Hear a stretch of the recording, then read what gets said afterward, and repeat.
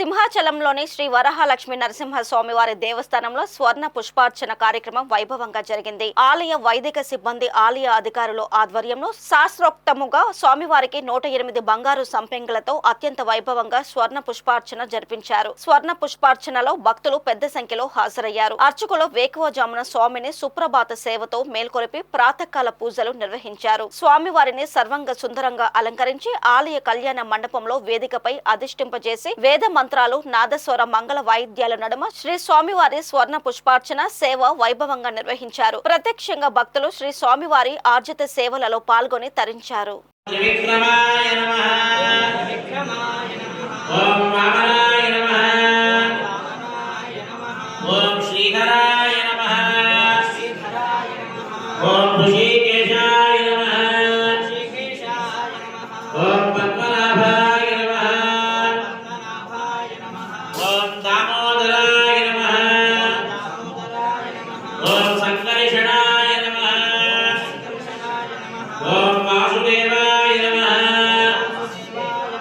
ఓం ప్రద్యుమ్నాయ